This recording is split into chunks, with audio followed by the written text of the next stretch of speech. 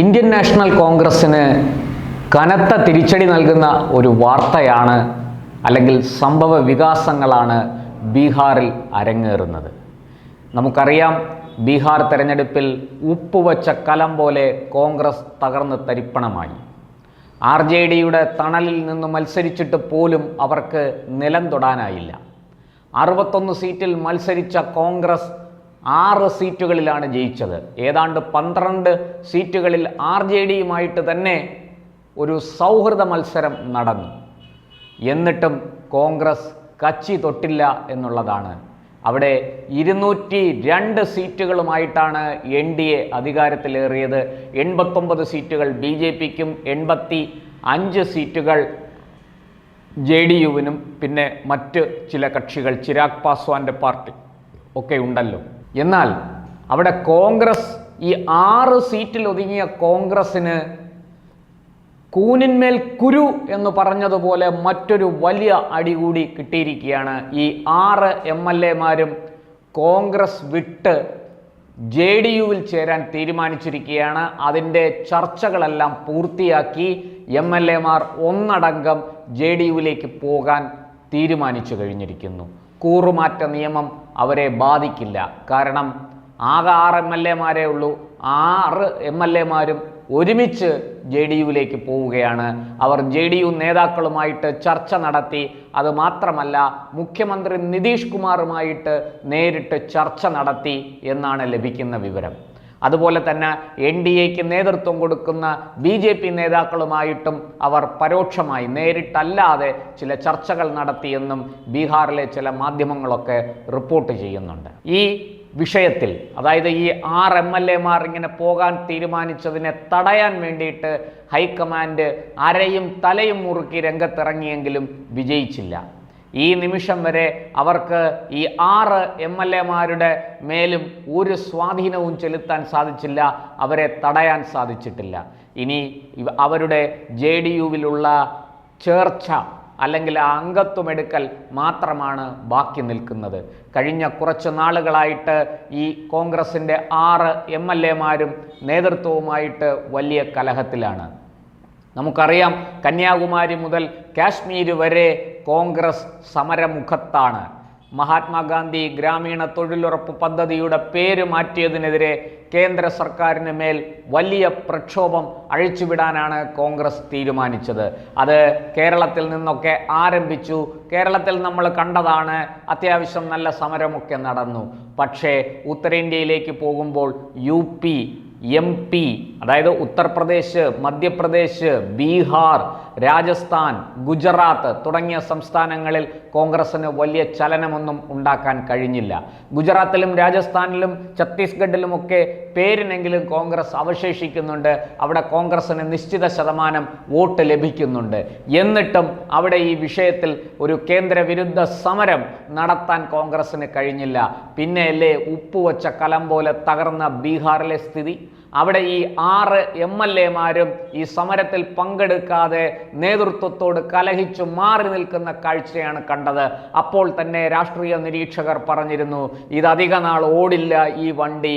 ബീഹാറിലെ 6 MLAമാരും കോൺഗ്രസ് വിട്ട് മറ്റേതെങ്കിലും ലാവണങ്ങൾ തേടും എന്ന് അന്ന് തന്നെ രാഷ്ട്രീയ നിരീക്ഷകർ ചൂണ്ടിക്കാട്ടിയിരുന്നു. ഇപ്പോൾ അതിന് അടിവരയിട്ടുകൊണ്ട് ഈ 6 MLAമാർ പറയുന്നു, ഇനി ഈ പാർട്ടിയിൽ നിന്നിട്ട് ഒന്നും ചെയ്യാനില്ല.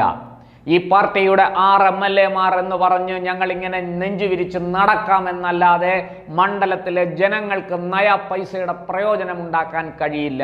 അതിന് വേണമെങ്കിൽ ഞങ്ങളെ ജയിപ്പിച്ച ജനങ്ങളോട് ഞങ്ങൾക്ക് പ്രതിബദ്ധതയുണ്ട്.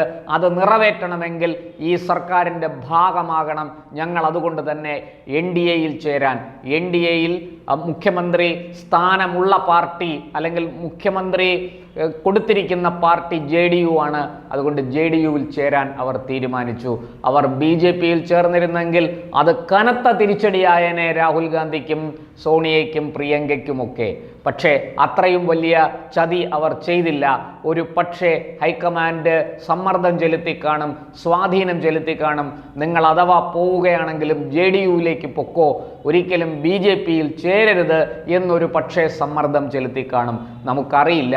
അതിനെക്കുറിച്ചുള്ള അത്തരത്തിലുള്ള വാർത്തകളൊന്നും പുറത്തു വന്നിട്ടില്ല. ഇത് വെറും ഊഹമാണ്. എന്നാൽ ഒരു കാര്യം വ്യക്തമാണ്, ഈ 6 MLAമാരും ഹൈക്കമാൻഡിനോട് നിരന്തരം കലഹിച്ച് ആണ് പുറത്തേക്ക് പോകുന്നത്. ഹൈക്കമാൻഡിൻ്റെ നിലപാടുകളോട് അങ്ങേയറ്റത്തെ വെറുപ്പും വിരോധവും പ്രകടിപ്പിച്ചുകൊണ്ട് ആണ് അവർ JDUവിൻ്റെ വാതിലുകൾ മലക്കെ തുറന്ന് ആ പാർട്ടിക്കുള്ളിലേക്ക് പ്രവേശിക്കാൻ പോകുന്നത്. അവർ തന്നെ, ഈ 6 MLAമാർ തന്നെ പറയുന്നു, ഹൈക്കമാൻഡിന് ബീഹാറിൽ കോൺഗ്രസിനെ വളർത്തണമെന്നുള്ള ചിന്തയില്ല. അവർ എന്തൊക്കെയോ കാട്ടിക്കൂട്ടുന്നു. പരസ്പര ബന്ധമില്ലാത്ത, ലക്കും ലഗാനുമില്ലാത്ത പോക്കാണ് കോൺഗ്രസ്സിന് ബീഹാറിൽ നടന്നുകൊണ്ടിരിക്കുന്നത്, കോൺഗ്രസ്സിൽ സംഭവിച്ചു കൊണ്ടിരിക്കുന്നത്. അങ്ങനെയുള്ള ഈ പാർട്ടിയിൽ ഞങ്ങൾ എന്തിനി തുടരണം? ഞങ്ങളുടെ വാക്കുകൾക്ക് വിലയില്ല, ഞങ്ങളുടെ ആവശ്യങ്ങൾ കേൾക്കാൻ ആൾക്കാരില്ല. ഹൈക്കമാൻഡ് എന്ന് പറയുന്നത് കണ്ണും കാതും വായും പൊത്തിയിരിക്കുന്ന ഒരു മൃഗത്തെ പോലെയാണ്. നമുക്കറിയാം, 3 കുരങ്ങന്മാർ, കണ്ണ് പൊത്തി കാതു പൊത്തി വാ പൊത്തിയിരിക്കുന്ന 3 കുരങ്ങന്മാരുടെ കഥകൾ നമ്മൾ വായിച്ചിട്ടുണ്ട്. അതുപോലെയാണ് കോൺഗ്രസ് ഹൈക്കമാൻഡ് എന്നാണ് ഈ MLAമാർ പറയാതെ പറയുന്നത്. അവർ ഒരു കാര്യത്തിൽ ഹൈക്കമാൻഡിനോട് ദയവ് കാണിച്ചു, നേരെ BJPയിലേക്ക് പോകാതെ അവർ JDUവിലേക്ക് പോയി. അത് ഹൈക്കമാൻഡിന് കിട്ടിയ ഒരു വലിയ അവസരമാണ്, ആനുകൂല്യമാണ് എന്ന് പറയേണ്ടിയിരിക്കുന്നു. കാരണം അവർ BJPയിലേക്ക് പോയെങ്കിൽ കേരളം ഉൾപ്പെടെ ഉള്ള സംസ്ഥാനങ്ങളിൽ, കേരളം, തമിഴ്നാട്, ബംഗാൾ, ആസാം ഇവിടങ്ങളിലെല്ലാം തെരഞ്ഞെടുപ്പ് നടക്കാൻ പോവുകയാണ്. അത്യാവശ്യം കേരളത്തിലും ആസാമിലും കോൺഗ്രസ്സിന് വേരോട്ടമുണ്ട്.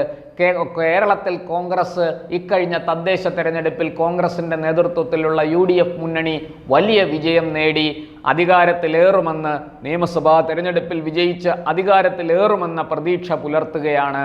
അതിൻ്റെ കടക്കൽ തന്നെ കത്തിവെക്കുന്ന അനുഭവം ഉണ്ടായില്ല.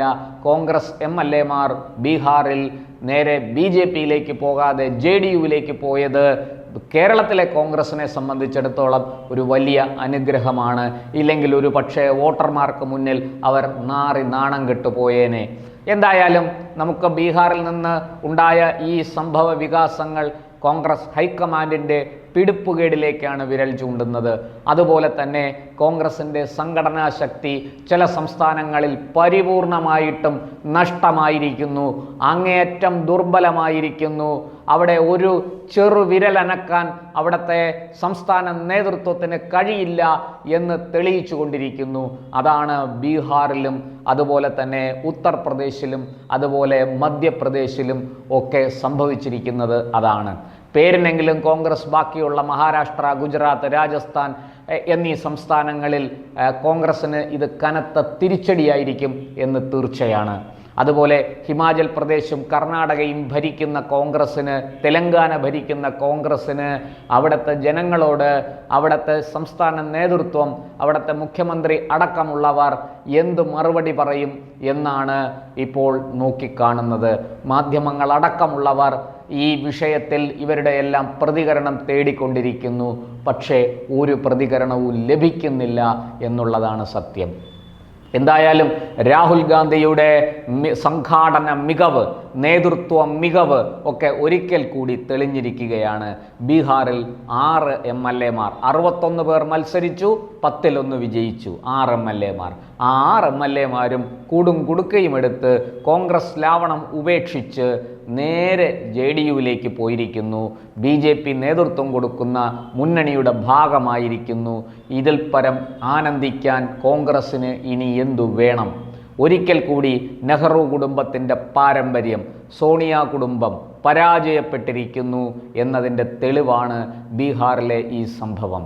ബീഹാർ കോൺഗ്രസ് എത്രയും വേഗം പിരിച്ചുവിട്ട് കോൺഗ്രസിൻ്റെ പ്രവർത്തനം അവിടെ അവസാനിപ്പിക്കണം എന്ന ഒരു വാദവും സമൂഹ മാധ്യമങ്ങളിൽ ഉയരുന്നുണ്ട്. കോൺഗ്രസ് വിരോധികളായ ആൾക്കാർ ഇതൊക്കെ ഉയർത്തി കാണിക്കുന്നുണ്ട് എന്നതും നമ്മൾ കാണാതിരുന്നുകൂടാ. എന്തായാലും ബീഹാറിൽ കോൺഗ്രസ് ആടപടലം തകർന്നു. ഇനിയൊരു തിരിച്ചുവരവ് പ്രതീക്ഷിക്കേണ്ട.